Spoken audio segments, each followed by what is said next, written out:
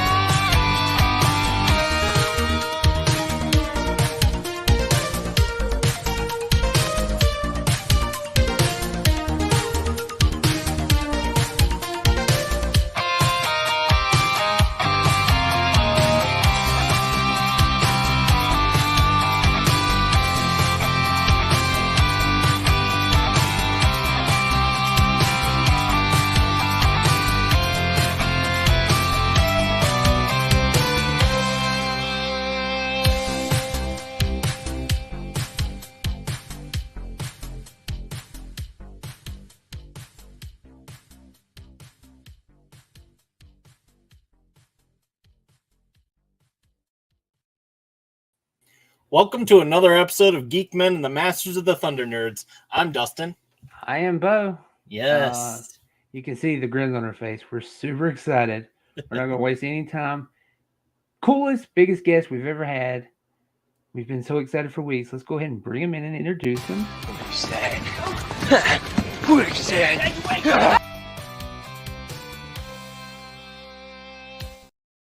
The one time we don't have to ask who this is, Larry Kenney. What a great intro, guys. That was fantastic. Thank you. Yeah. I love that. Thank you for joining us so much. No, it's my pleasure. Thanks for having me. Yeah, all of our hosts, as soon as we got you on, it got closer, and not everybody could be here, and there was a lot of like sad faces that they weren't going to get to talk to you. But from everybody over here that couldn't make it, thank you. Mm-hmm. Thank you for coming on the show. You're very welcome. It's nice to be here. I kind of wanted to, it's the question about what do you ask Larry Kenney? You get to talk to him for a little bit. What do you ask? And for me, it was just the immediate thing is to, how you got started. And you got started at 15 as a radio DJ at 15. Yeah, that's right. Well, it was 2 weeks before my 16th birthday, but to be technical, but I was 15 years old. Yeah. Back in Peoria, Illinois, my home area. And our high school, and we're going back here in 1963. Our high school had a television, a radio studio, and we actually broadcast a 10-minute show every lunch hour. Over the local radio station. We didn't have a transmitter, but we, used telephone lines, and it went out over the local radio station. And I did that for a couple of years, and then one day got a chance to audition for a job at the big local radio station, WIRL, and got the job. So I was last 2 years of high school. I was doing that on Saturday nights, and then I went to college, and then I went back to WIRL. And had my own show during the week, So that was a great start for me. I really look back. Oh my gosh! Oh, that's Jim Runyon. That's me and Jim Runyon, one of the great disc jockeys of all time. You guys familiar with a show called?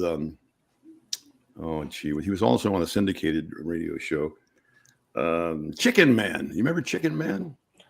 I can't say that I do. It goes back to the '60s, so you weren't born yet.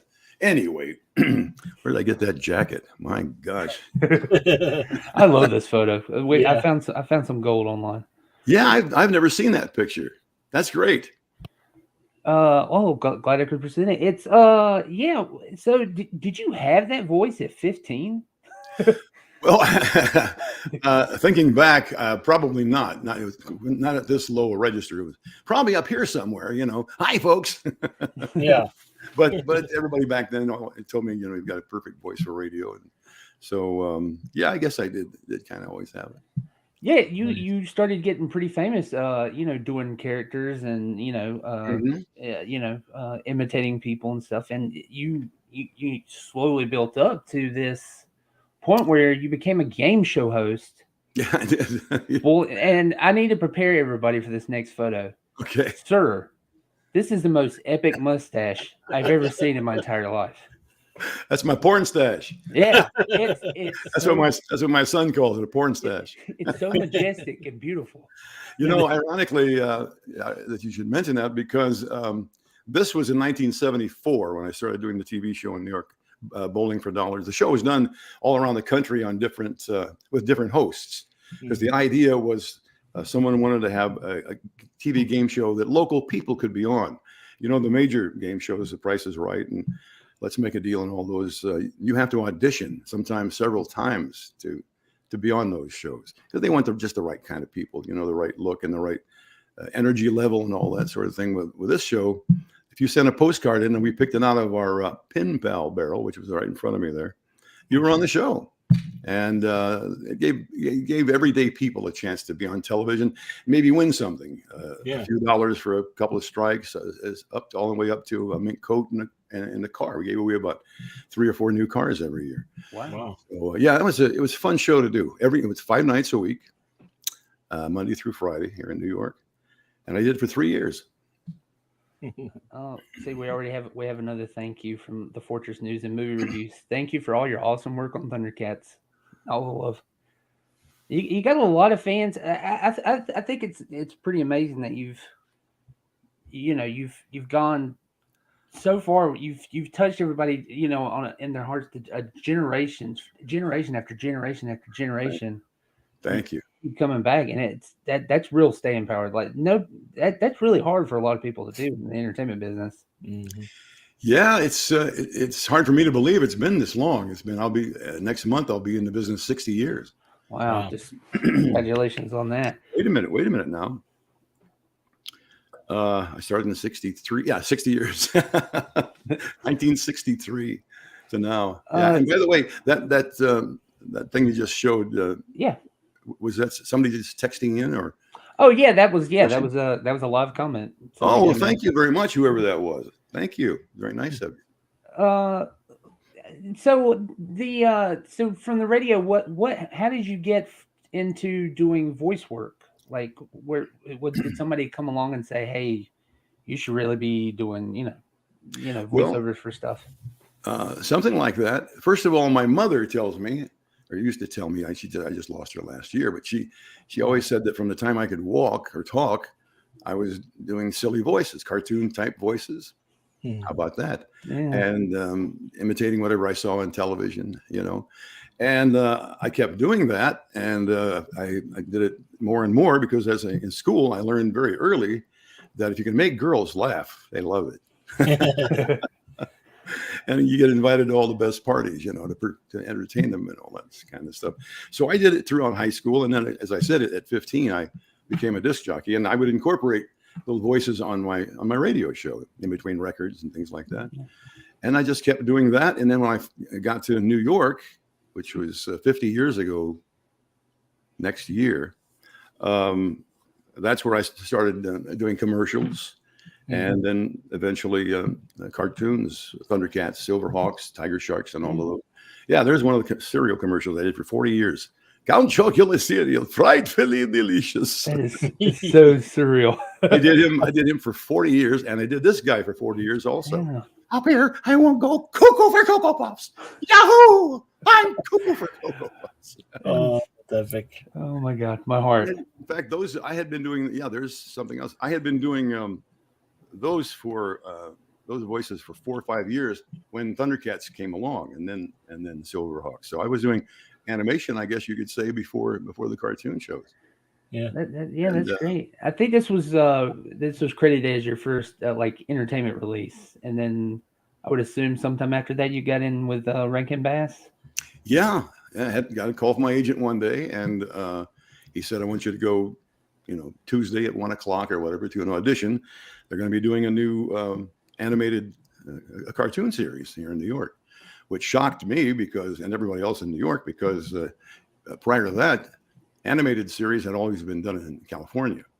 Oh, and a few in Florida too at Disney, But it was really unusual that they were going to do one in New York, and we were very happy that they did. So my agent calls me. This is the way that our business works, the voiceover business. You have an agent, and he'll call you. One of them will call you every day and say, "Okay, tomorrow you're doing this," and then Wednesday you've got a booking for Cocoa Puffs or something. Another audition. You go to the auditions, and in the case of Thundercats.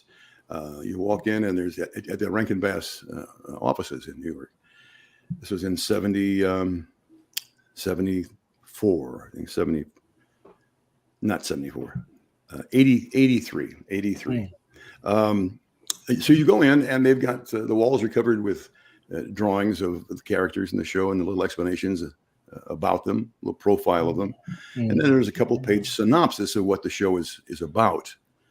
And that's another show we did, Tiger Sharks. Yeah, we did 3 Rankin Bass cartoon series. Thundercats first, then we did Silverhawks, and then Tiger Sharks.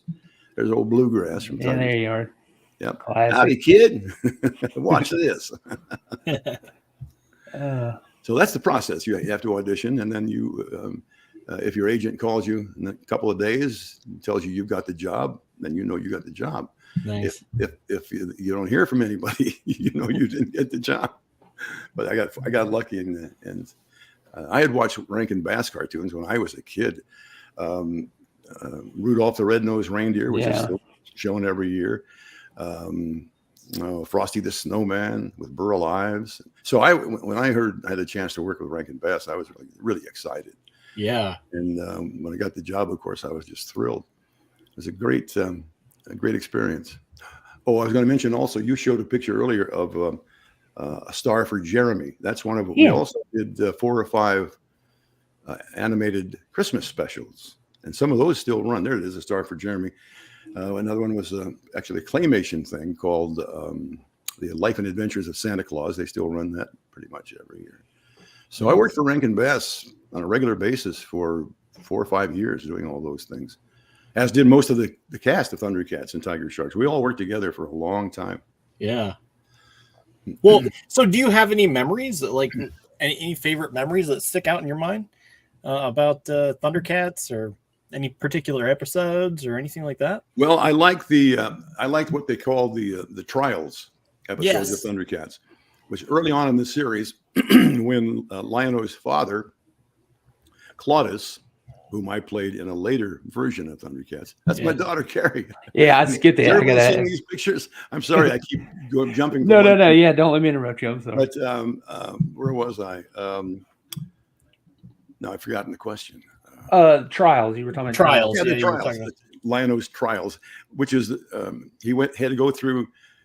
He and Tiger both had his turns out as his brother. We didn't know that at the time, but.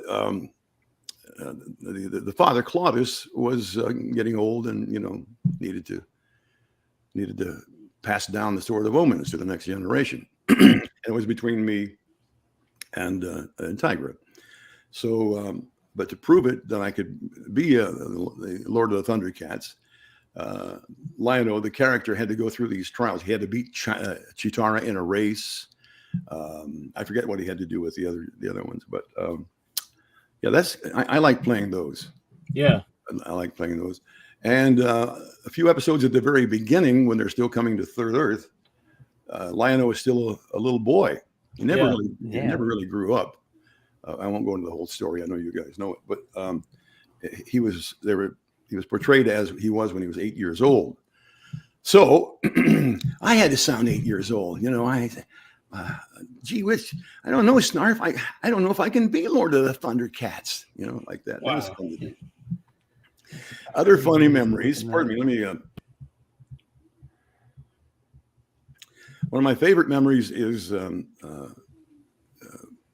when Mum-Ra, Earl Hammond played Mum-Ra, and when he would do his parts, his lines, on camera, Mum Ra, on camera, but on the show, when Mum Ra goes into that ancient spirits of evil transform, you notice he spits and drool comes out of his. I don't know Yeah. Earl actually did that. He would get going, and once in a while he would have to wipe it off. He'd go, "Ancient spirits of evil, transform." So after a few shows of that, we all started standing back in the corners, out of range of him. But I, to this day, I remember him standing there, and everybody trying to duck the. So you guys recorded together, which there's of course the famous the outtakes, but not everybody, that's a luxury for voice actors to be able to work together. Like what's the experience of like just bonding together over the course of that show? Well, like I said, we worked together on the 3 main series and then some animated series for over a period of 5 years. Didn't work every day, of course. I'll explain that later, but it was so great to be together in the same room. We were always together whenever we were recording. Today, that's not the case. Yeah. Today, almost everything on commercials or animated shows, I'm doing a couple now. They usually do it one person at a time. You go into the booth by yourself and record all your lines, and then you leave, and they bring somebody else in. They do all their lines. Why it's that way, I have no idea. But it's not nearly as fun to do that way because actors need somebody to bounce off of and to react to. That's what acting is, really reacting to the other people there. And when there's nobody standing there in front of you, I guess it takes more acting to imagine them there, but it's just not as much fun. We had a ball, as you know from the outtakes. Yeah, it was great. I was, of course, I'm coming through, seeing if there's anything I might have missed, and I was reminded. I was like, oh yeah, the state. You always introduce the state coming on, and I was like, I wonder how we got on that, how we got into that, and then, of course, the discovery. Yeah, as you've already mentioned, your daughter is that's my girl. Yeah, I had no idea. Well, and on top of that, like a lot of your kids have, they've either done music and or voice work as well. Yeah. So did that kind of like did you rub off on them? Like their dad being like, what was it like to have Larry Kenney as a dad? The Saturday morning legend as a kid growing up. Well, my kids were just like most actors' kids that I've talked to or heard talking about their kids. You're no big deal to them. People can be coming up to you and going, "Can I have your autograph?" And they're like, "Dad, I'm hungry. Can you please?" They weren't too excited about it. Now that they're grown, of course, they think it's a real, great thing. They're very proud of it. But and I remember when Carrie was little. She's 53 now. But actually, when all my kids were little, I used to like to read to them at night, like everybody does. And if this book I was reading happened to have characters in it, I would, at first I would start doing the character. I would say like, and the old witch said, "I'm going to get you," and the kids would always go, "Dad, just read the story. Will you?" Really? Knock off the silly voices. Oh, man. Okay. My mom read to me that way too. Yeah. We would read together out loud or together, and she would always read those silly voices and stuff. That's great. It makes a good. It fills your memory. It's Sure. Good memories. Sure. Yeah. Carrie's done very, very well. Her name is Carrie Kenney Silver. Most of the time she uses Carrie Kenney Silver. Now there she is. Yeah. And I don't know how familiar you guys are with her work. Reno 911. Oh yeah. She Hilarious. plays Deputy Weigel on there, the crazy one. And she's been on a lot of shows, not as one of the stars, but a recurring character they call. What was the one? Supermarket something? Superstore. Yeah. She's been on that a lot. Yeah. She's in a great band too in the 90s. Yes, she had a great band back in must have been close to the 90s. Yeah. Called Cake Like. Yeah. Well, they were originally called Cake, and then they found out there was this already famous band called Cake, so they changed theirs to Cake Like. That's great. And they did great. They had Neil Young started a new record company just for the new label, just for them. Oh, wow. I mean, he was going to put other people on it, but he wanted to start a new label to put their songs on. Yeah, she's a great bassist. Not bad. Yeah. They were working one time. They started that band because it was my daughter and two other girls in New York. And they were all going with guys who were in a band. I forget the name of the band now. I shudder to think, I think it was.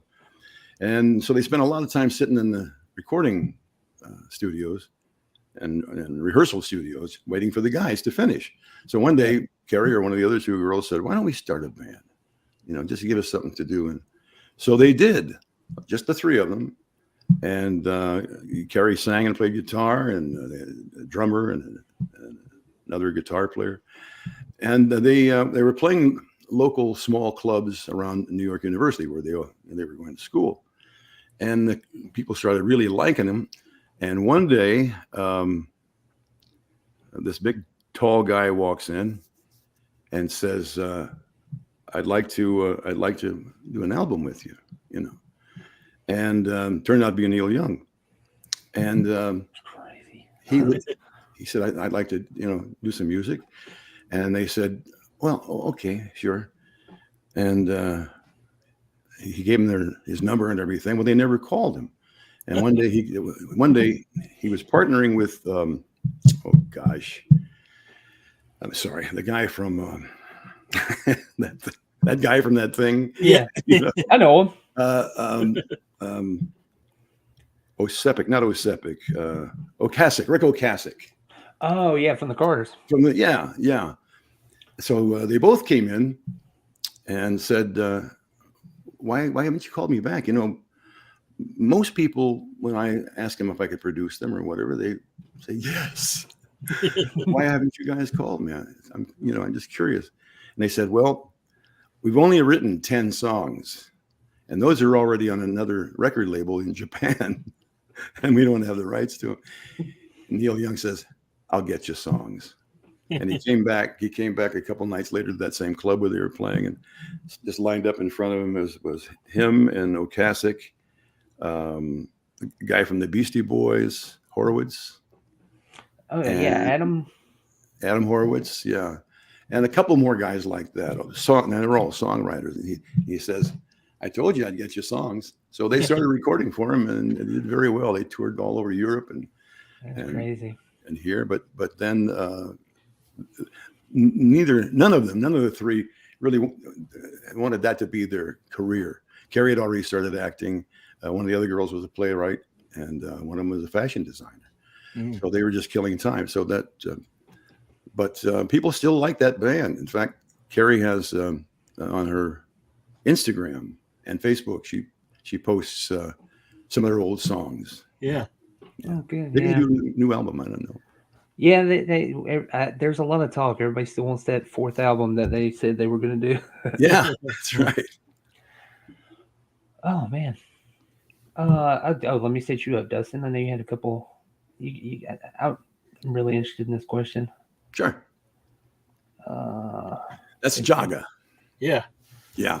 From the most recent Thundercats series called Thundercats Roar, which I played Jaga. It didn't last more than a few episodes. It was not very good. Yeah. Well, I think it's because they didn't.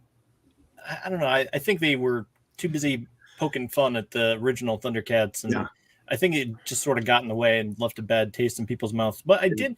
Yeah. I think it ran for like 20-some episodes. But it might have been that many. I know I stopped watching. I actually signed the contract with Warner Brothers to do that show before I ever saw any drawings or anything about it. But I figured it's Warner Brothers. You know, they own the property now, and they had done the remake in 2011, which I thought was great. Yeah. So I said, yeah, sure, I'll do it. And then as soon as we started recording, I thought, oh God, this is, the fans aren't going to love this. The original fans aren't going to. Right.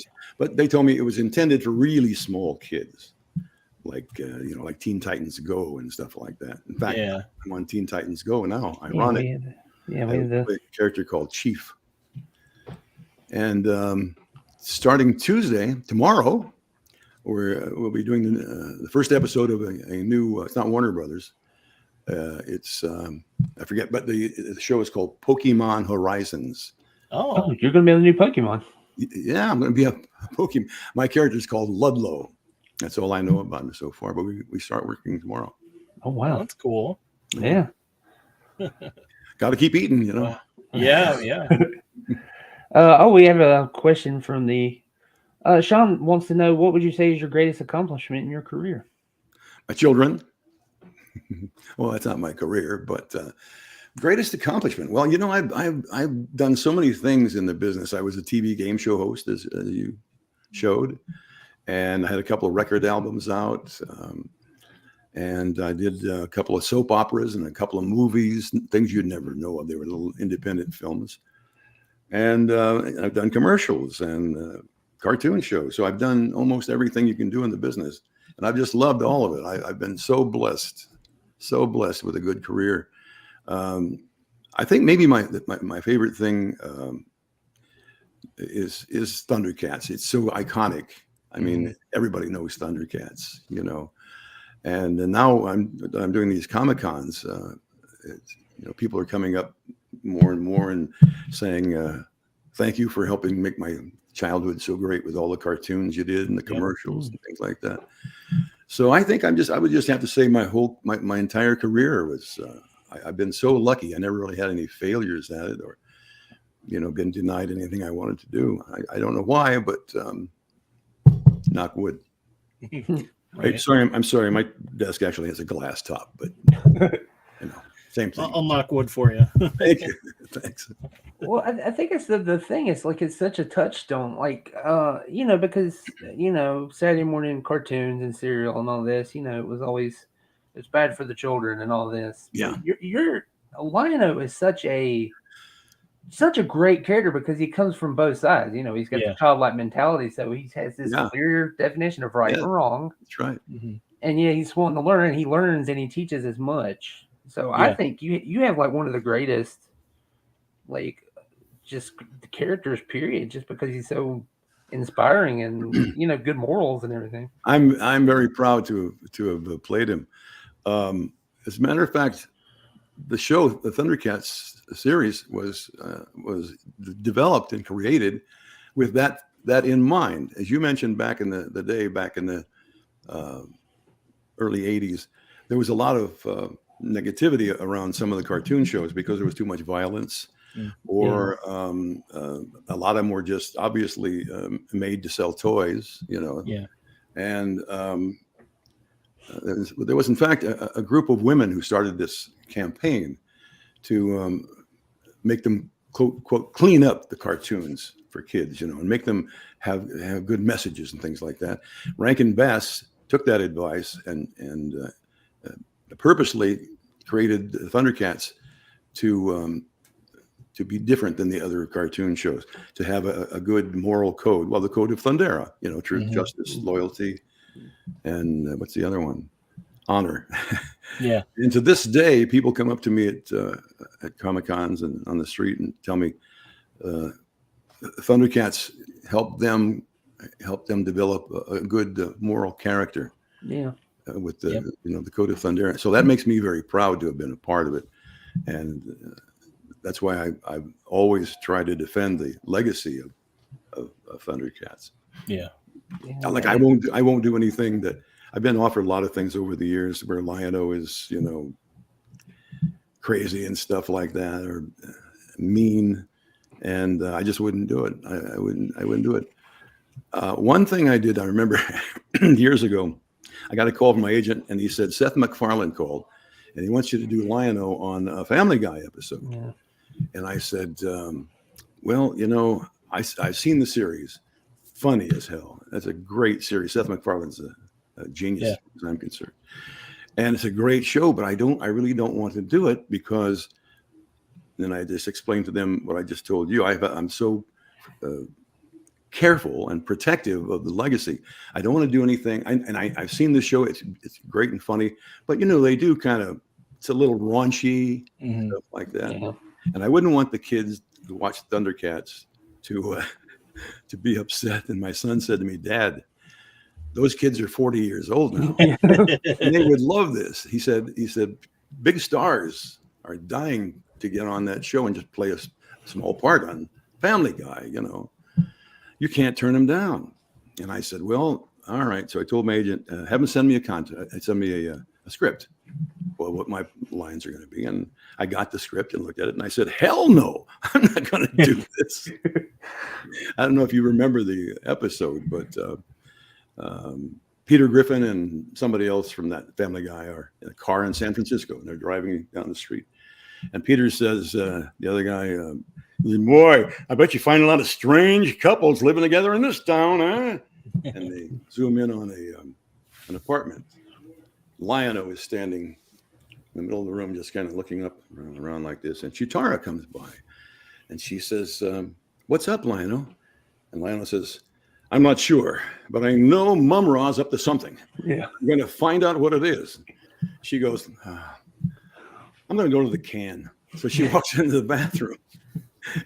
Lion-O looks around, takes out the Sword of Omens and holds it up, points it right at the bathroom door and says, Sword of Omens, give me sight beyond sight. I, Lion-O, commander. Snarf comes out and says, what you doing, Lion-O? And Lion-O says, nothing, just you want to get high? So again, my son had to tell me, Dad, that's not going to be offensive to the people who are watching this show. Yeah, you get to have fun like that. You get to keep coming back to. Yeah. I mean, what's it like? You keep getting asked to come back to do it for every generation. It's great. In this business, if you have longevity like that, as I mentioned, I did Chocula and Cocoa Puffs for 40 years, both of them. That's almost unheard of. One guy being a character for 40 years. Yeah. I have another client that I'm still doing today after 25 years. Skittles Candy. The commercials where the guy at the end says, "Feel the rainbow, taste the rainbow." That's me. So I've just been so lucky, as I told you earlier. It's I feel I have some talent, and I'm proud of that. But in this business, it's just so much of it is luck. Yeah. A lot of people in this world who have a lot of talent who never get the chance to stand in front of a director and audition for something or whatever. Right. You know what I mean? So I think being in radio really is the reason I was able to achieve the career I have, because it was the word I want to use is it led right into being on the radio where people hear you do voices and stuff and then call my agent. So I think that was a good start for me. Yeah. And the rest just kept on coming.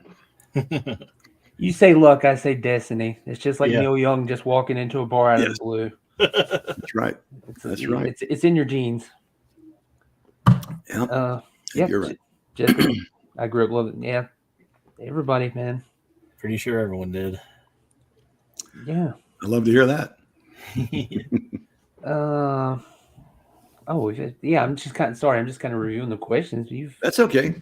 You've answered all of our questions, and you've just been so. Yeah, there it is. You are blessed. Yeah. Yes, I am. Thank you so much, whoever that was. I appreciate that. Well, you know what? I've always found if you don't have any more questions, it's a good time to wrap it up. Yeah.